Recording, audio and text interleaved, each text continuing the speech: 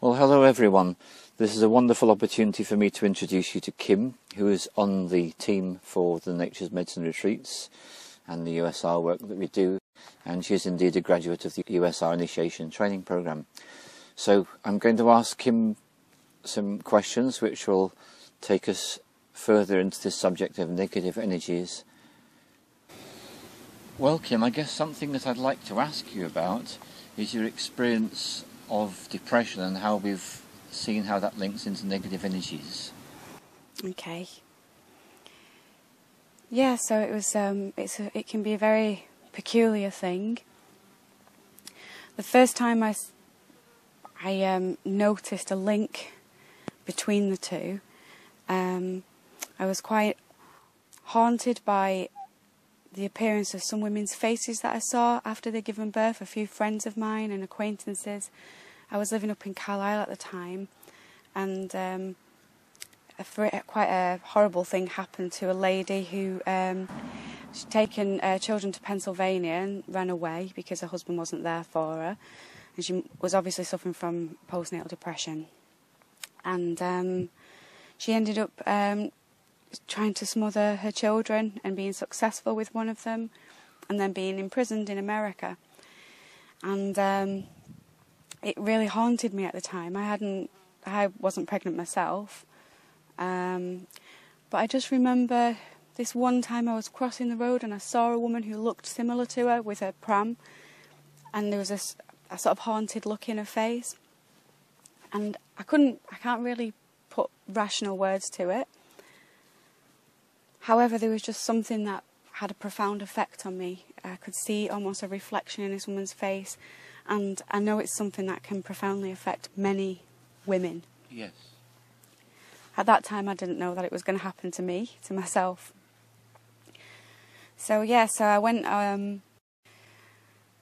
quite a few years later, about 6-7 years later, I was pregnant with my first child, and had a little bit of depression in the first stages of pregnancy, and you know, I was very depleted in energy, but it was the period of time when the baby was, obviously the brain was growing and all the vital organs were developing, and it's quite common for women to feel depleted in energy around that time as well. And I remember actually considering getting my placenta capsulated. I know this sounds obviously quite gross to a lot of women and to a lot of people, but I learnt that in the animal kingdom, nearly all mammals eat the placenta straight after birth, and it's because all the you're losing a hell of a lot of nutrients, and everything that's been sustaining you and the baby comes out of you. So from the onset, it begins with this huge energy depletion. Around the time of giving birth, just before and afterwards, I felt a lot more intuitive, a lot more tuned into what was going on around me, and I was aware of a gathering of things, and there was a lot of animals, a lot of symbols coming into my awareness, and I felt more in synchronicity with the environment in general. And for example, I had the bee come to me a lot of bee symbology, and I know that's really significant for women who are giving birth because it teaches us not to be selfish and various things like that. The crow, I'm actually writing an article, a chapter on it at the moment, so we'll talk about more about that later. But yeah, so after giving birth, I didn't notice any immediate effects of depression. I felt quite dazed and euphoric and a little bit vulnerable and childlike. I felt very strange, very different, but I didn't notice depression per se. It began to manifest with me in the form of mania at first, is what I would say. Whereas a lot of women would be feeling that they wanted to room in and be at home and spend long periods of time bonding with the baby, I was the opposite. I was having a little bit of this sort of altruistic mania. I felt very worried and concerned about things that were happening on the planet at the time. It was 2010, and I was, I was aware of this sort of speeding up of events and novelty and all the catastrophes in the world from various sources and what I've read, and just being a member of the planet and witnessing what was going on. And so I began to try and get involved in communities. I was writing quotes and actually planting quotes to encourage people to awaken, and I was putting them in newspapers, on buses, and I was trying to be there for everybody but my child. It's not that it's unhealthy to be like that, but for that particular time period in my life, it was quite concerning. It's not really a natural way to respond when you've just had a baby. So I couldn't wait to be out and about, and I actually felt like I wanted to make a difference in the world at the point at which I'd had my baby, and really it should have just been about me rooming in. So there was a bit of an unease going on, and my baby had colic at first, was screaming and crying a lot. I was living at home with my parents, which, as we all know, if anybody's had to go back and live with parents, we know it's not maybe the best thing for your self-esteem and for your sense of independence and confidence. So there was all these external factors involved as well. But what was going on inside me was this mania and this sense of restlessness, and that was reflected in my baby. And our relationship at first was very, very touchy. I did breastfeed him, but at times it was very difficult, and he was very restless. And having the influence of my own mother there to oversee everything, it depleted my, not her personally, but it would for any woman living with a mother at that intrinsic time when you're learning to be a mother. I, over time, lost sort of my self-esteem, and it became sort of about 7 months after giving birth. So I had this mania throughout, this sense of like being disassociated. And about 7 months after giving birth, we finally moved out of my parents' house and into our own house. At this time, I think I was coming down off a wave of this mania, and I began to go into a sense of hopelessness and depleted energy, which was exacerbated by sleeplessness, because at this point in time my baby was still waking up to 7 times in the night. Again, sleep deprivation is a thing that many women don't talk about in terms of like the experience of it, the internal experience, what's going on inside your world, inside your mind, your psyche, your emotional state. Because sleep deprivation can do all sorts of things to you psychologically. And I tried to explain to my friends, so I said it's actually more strange than you can ever possibly. People don't talk about how strange sleep deprivation is. For like new parents who aren't getting sleep, you can find yourself in all sorts of peculiar trances and peculiar states throughout the day. And I often felt out of control of my reactions and my emotions at that point. So we're getting up to it. I moved to the first house we moved into. It was in a village called Ramsbottom. We were right next to the River Irwell. What made me choose this house? Well, I just went along with my partner who wanted this particular house at the time. I don't know. There were all these other factors involved. We lived next to a Wealden Brothers plant, which was heavily polluted. Again, this is in the back of my mind and my psyche. I've got this young baby. We lived next to the River Irwell, which was flooded on us several times and threatened to flood our house. There was overspill. We had pylons over the house. We had lorries and diggers and road rollers going by all day, every day during the week.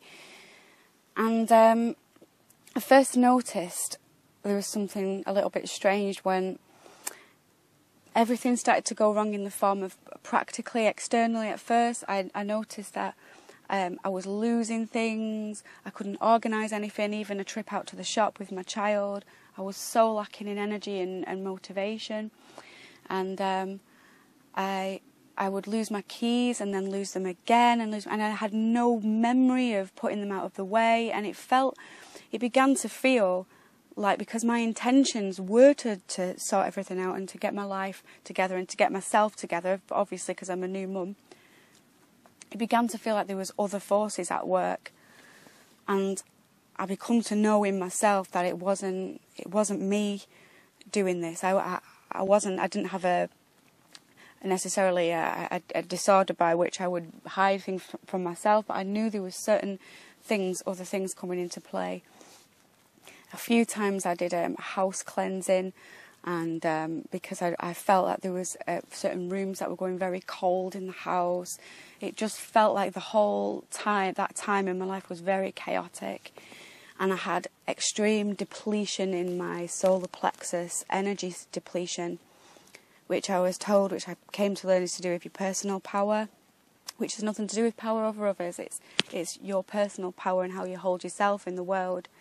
And I didn't have any of that. It was as if it was completely taken from me through the depression. And I think upon losing that centre of myself, that paved the way for entities to come in and to try and use me as a vessel. And it's hard to say how they work in particular, because they're sort of like tricksters, and they come in the form of thoughts sometimes. So you might have really negative, really toxic thoughts, and thoughts that are quite frightening. And at times I felt very frightened by my own thoughts, very frightened by what was going on. I thought, am I going mad? Is there something wrong with me? Am I bad? But all the while, I knew that there was more to it than that. And it wasn't until sort of discovering, sort of augmenting a sort of more spiritual path and learning and doing a lot of reading, that I came to realise that more often than not, our thoughts aren't our own. We identify with our thoughts as being exactly who we are. So when a thought comes in, we feel that we've generated it from our brain in some way. But in actual fact, thoughts can come in from other places, and in particular entities at this point. And it's very important to be aware that when you've just given birth to a baby and there's a lot going on emotionally, psychically, physically, nutrient depletion, energy depletion, this is a time at which you might fall prey to certain entities who want to use your body as a vessel to come through and to do negative things on the planet and to do negative things towards other people. So it's very important to, when you've just given birth, to stabilise yourself and to be aware of that, of those dangers, so that you can reach out to support to people around you. Obviously all the cliches, meditation, yoga, exercising, good food, these mantras aren't just there to be thrown about and because they're a fad. These mantras are there because it's true, it's real. This is something that we all need to take on board, to understand, to feel our bodies and to know what's going on inside and out, so that we can just be aware of the dangers, especially for new mothers and perhaps fathers as well, because some fathers also suffer from postnatal depression. Even though they're not the ones that have given birth, they're there through the whole process, and it can have a profound effect on them as well. So it's a vulnerable time for mother, child and father in his presence. Yeah. Yeah. One thing I did want to talk about is birth itself, not going into the gory details of giving birth, because I know we don't need to know all that. It's not about that. But I've noticed a lot of young girls, a lot of women out there in sort of the Western secular world or in society today, they don't get an awful lot of empowerment and information on the capabilities of their own body to birth a child. And there's this sort of culture of handing over to the doctors to do it for you. Okay, all I have to do is turn up at the hospital, choose the drug from the menu of many drugs that we all get, choose the required drug, and off I go. And there'll be midwives there and there'll be doctors to do it for you. But what a lot of them don't explain is the reality of giving birth. It's all you. It comes down to you. Nobody else can do it for you. And it's very important to get yourself into a space of calm and relaxation and empowerment, and know, okay, so don't kid yourself. You know it's going to hurt. You know it's going to hurt you. You know, a lot of people, they like to try and like bury their head in the sand and they run away from pain because we know pain is painful and we don't want to experience pain. But actually, experience pain can be a really positive thing because it lets you know what your body's capable of, your boundaries. So what I basically want to say is to all those young women out there, or women who are about to give birth, or, you know, is to really not be afraid. And during the birthing process, don't let that fear take over you, and take ownership of your own birth to empower yourself, so that, and know that your body is more than capable of doing it. Millions, if not billions of women have done it before you and will do it after you. And, you know, and just be very wary of this clinical method of overdosing yourself with drugs, because that's another thing that can make you vulnerable to entities coming in, especially the opiates and various other things. So I just want to say you don't necessarily need drugs. There's certain things you can use. You can use raspberry leaf tea. You can use I had clary sage burning, which is known to stretch your womb. There's all sorts of options. You can do yoga before birth, which helps expand your cervix and stretch you and helps you breathing techniques. And I'm not saying if you want to take gas and air or something like that, or some paracetamol, fair enough, but you don't necessarily have to go straight for that epidural or straight for that cesarean section, because then you're not learning anything. You've missed something that could be a profound learning experience, an initiation experience, and an opportunity to become stronger within yourself. So basically that's it. The clary sage, can you say something about the clary sage for protection? That was important to get. Oh yeah, well the clary sage has been burnt since ancient times by midwives and doulas all over the world. Maybe in different forms of sage, but I use the clary sage in particular, and it sort of clears the room out. And it's this particular clary sage I use. It's abhorrent to negative energies or entities that are prey to people going through that experience at that time. So that's another thing you can do, is to burn some clary sage. You can just get some from like Holland and Barrett. It's what kind of oil is it? Essential oil. Essential oil, thank you. So in essential oil, you just put it in a burner and it'll burn throughout the period of your birth. Another thing you can do is to drink raspberry leaf tea. You don't drink that in early or mid-pregnancy, but towards when you know you've got a sort of month, maybe 6 weeks to a month before you're due to give birth. Raspberry leaf tea, it's not the nicest, but if you can get yourself to drink as much of it as possible, it helps you open up and makes the birth a lot easier. And there's many, many, many other tinctures and teas and herbs that you can also take. So all the information is out there. We've got Google. So just empower yourself and look at alternative information. Don't just. I'm not saying don't believe, because midwives and doctors are very helpful, and they are most of the time there to help you. And I'm not by no means insulting their intelligence, but it's important for you to know what your body wants and to know what's right for you, and to know whether you're happy giving birth in hospital, and if you can give yourself them options to maybe have a home birth or do it in a different way, then you seek them options and empower yourself so you know what to expect and you know what's coming.